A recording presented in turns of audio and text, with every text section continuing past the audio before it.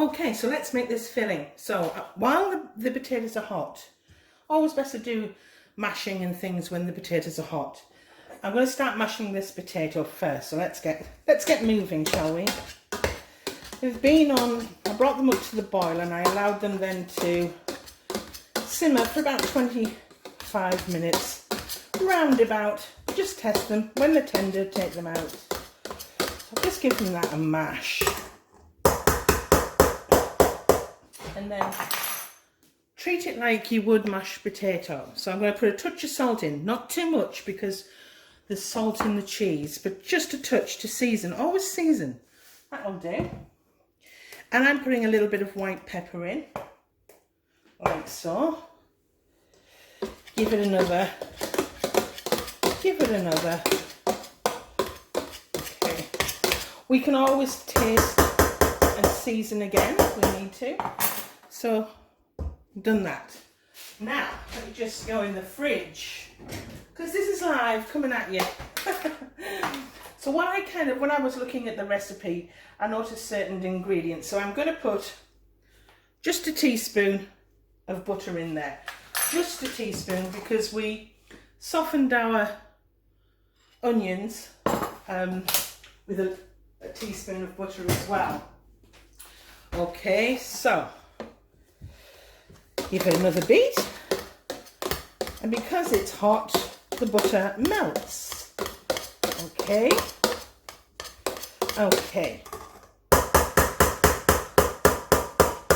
So at this stage, I'm going to add my cheese.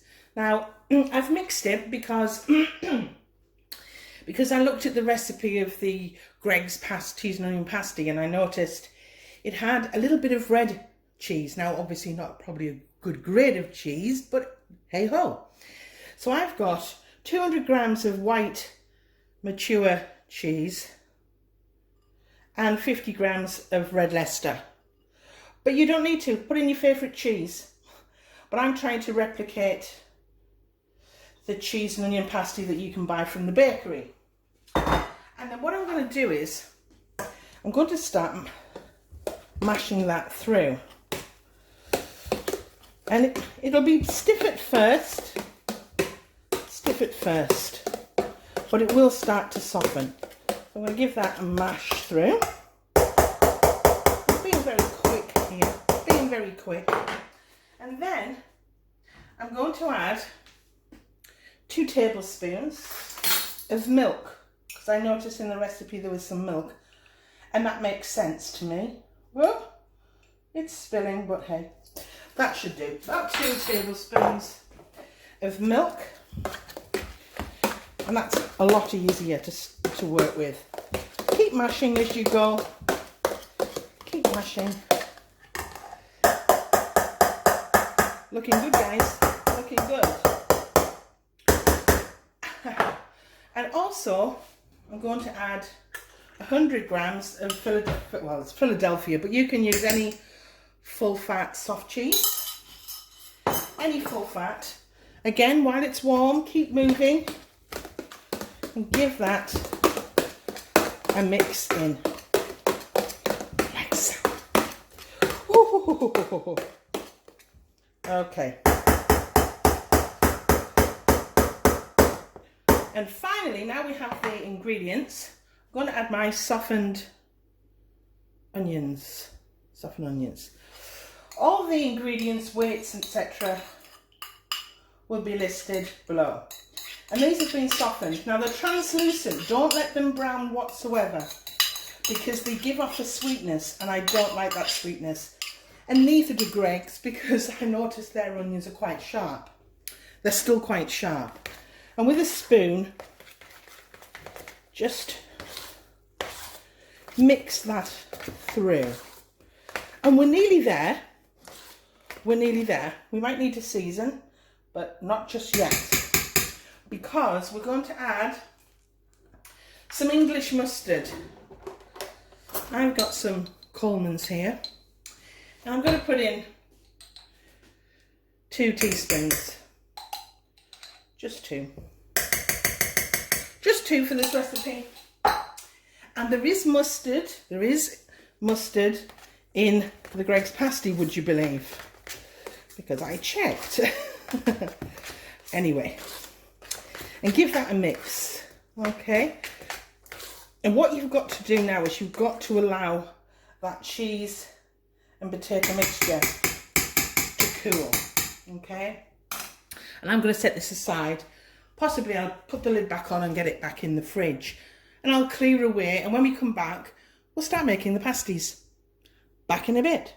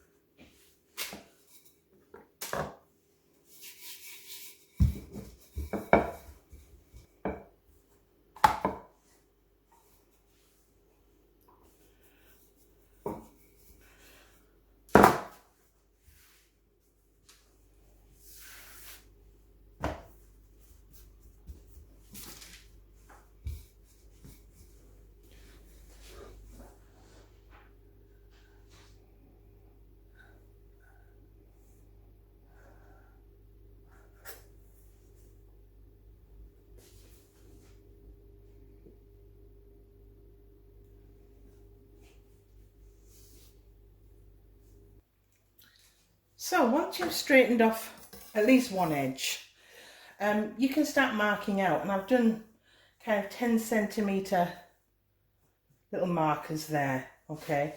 So I'm not going to do this perfectly straight, but I'm just using a large knife on the marker and going along, and that's basically, I'm just trying to find the other marker here, and that's basically it. And then I've marked along here at about 12 to 13 centimeters, and again, just, it doesn't have to be accurate, but that's around about the size of a Greggs pasty, I have to say, because I measured them, especially the cheese and onion ones. They're not very big, are they? Okay, so I'll leave that pastry aside, and while we've got these here, just move them separately so I can use them. I'll use the middle one, shall we? I'm going to fill them, so I'm going to bring in my cold mixture. Got about a good tablespoon there, and we're gonna, it's cold, it's been in the fridge, it's important that it is, and I'm just going to guess this. I'm not going to overfill, so it's about a tablespoon and a bit. I'm not going to overfill, I'm just going to press that down like so. I'm not saying I'm making it into a rectangular shape, but kind of into a rectangular shape. And I kind of use it now like a factory process. So I put another tablespoon on, like that. I just keep going. So rather than bore you, I'll come back when these are filled. Back in a bit. Okay, so I've brought the other pastry in now. I've filled those three up. Looking good, looking good. They will spread out during the cooking process, but hey. So I'm just going to, I've straightened that edge and this edge. I'll just straighten this one as well. And then I've made markers. You don't have to be as exact as me, but I'm just trying to replicate the Greggs cheese and onion pasty. I'm making the lids slightly bigger, so they're about 10 centimeters. Make this about 11, okay? So just, and then straight up, doesn't have to be exact. So the lid's just a centimetre bigger. And here, if you've made them 12 to 13 centimetres, make it a centimetre bigger, okay? And go along like so. And there we have our lids. Boom. Don't waste that pastry. Wrap it up and you can use it for the next batch. And what I tend to do, because it's flaky pastry, I keep them in the strips like this. Boosh, boosh, boosh. Because when I will show you how to make puff pastry. homemade, and it's done in the same way, kind of in layers. So just put them in strips like that, and then put them in the fridge, and you can just roll them out again, okay, and keep going. So we're going to use the lids. These are the lids. So we'll start with the first one. So what I'll do, just move these slightly over. I'll bring that one in, and I'll bring my little friend. Oh, come to Papa.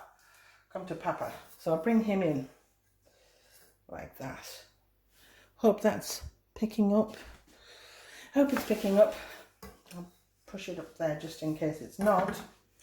Just flatten that out there ever so slightly. Sorry about that. This is live coming at you. I don't do retakes. It's just a little bit more complex when you're doing it live. Because any errors, I can't start again really. So with a little bit of milk on a brush, I'm going to brush the sides of this. And it'll act like glue that when you add the pastry lid. Okay? And I've made them a little bit bigger because it stops the top pastry from having to stretch it, okay? Maybe let's move this out the way, then I can move this up like that. I hope that's in view. I can't actually see, but I hope it is. Let's hope. So pick up your pastry and try and get it on the front straight, and then cross it over like that. Okay, and then with very gentle pressure, just gentle, just press down around your mixture. Can you see? Sorry, I'm pressing light pressure like this around your pastry. And then with a fork, I'm going to add to the glue by really reinforcing the sides here, because we don't want any spillage at all, really. Okay, and just go across. I'm at an awkward angle here, but you get my drift, you get my drift, like that. And then what I tend to do is I'll just trim this ever so slightly, just neaten them up a little, just so they look like a Greg's pasty. You don't have to, you can go for rustic, but this is the whole purpose of this tutorial, is to replicate a cheese and onion Greg's pasty, or they're now called cheese and onion bakes, but I don't like that term, so I'm going to use cheese and onion pasty. There you go. And then with the sharp knife, this is pretty sharp actually, so I'll have to be careful and not to go all the way through all of the pastry. I'm just going to make little chevrons, or beginnings of a triangle, and there you have. Okay, it cut off there by accident, sorry about that. Power cut. So basically I've put the lids on, all three, and put the chevron little stripes. So you can decorate any way you want. You don't have to make them like Greg's pasties. You can just decorate as you will. And these will go back in the fridge, and I treat it just like I would normal pastry, and I would put it in the fridge for about, well, no less than an hour really, before they go straight into the oven. All the temperatures will be listed below. It makes 9. The cheese and onion mixture, the ingredients that I gave you, it will make 9 generous cheese and onion pasties. If you make them bigger than I have, then you're probably talking about 6 pasties. And guess what I've done? I've made a little mini one. How cute. How cute. Because I had some left over. I thought I'll make a little mini one. So I'm going to put these in the fridge, and then what I'll do off camera, I'll get them in the oven, and I'll come back when they're all golden brown. Back in a bit.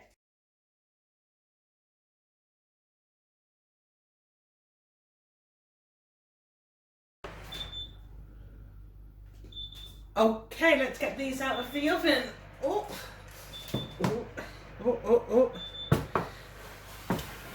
There we go. Looking good. Just switch that off. Wow, there you go. I've done them in batches, and this was one of the batches that I did, because I actually made, with my recipe, I made 9. And that was bearing in mind that the each one was about 13 by 10. Okay, which is around about the size of a Greg's pasty. That's why I did it. But if you make them larger than that, then you'll probably make between 6 and 7, you know. But I made a healthy 9. And don't they look delicious? They're piping hot right now. But if you just stick around, I'll come back and cut one when they've cooled a little. Back in a bit. Okay, I'm going to cut these. I'm going to cut one. They've cooled a little. They've been out of the oven for about 15 minutes now, so they'll be cool to touch. So let's bring this one in, shall we? Now, just to recap before I cut this. They were in the oven for 20 minutes on between 180 and 190. I'll put the temperatures below. But don't leave them in any longer than 20 minutes, because what can happen is if they're cooked a little bit too long, they'll start to burst, and you don't want that. Okay, so that's why they all look so prim and proper, because they're cooked to perfection. Okay, so let's cut this bad boy, shall we? Oh, oh, oh gosh, oh, just, oh, it's still hot. They hold the heat. It is just like a cheese onion pasty. The only difference being, and they taste like it too, and the only difference is they have more filling, because I like a lot of filling. Okay, if you've liked this video, please give me a thumbs up. It really does help my channel, and subscribe if you haven't already. I'm off to eat these. I'm not sharing them. I promise you I'm not. Bye.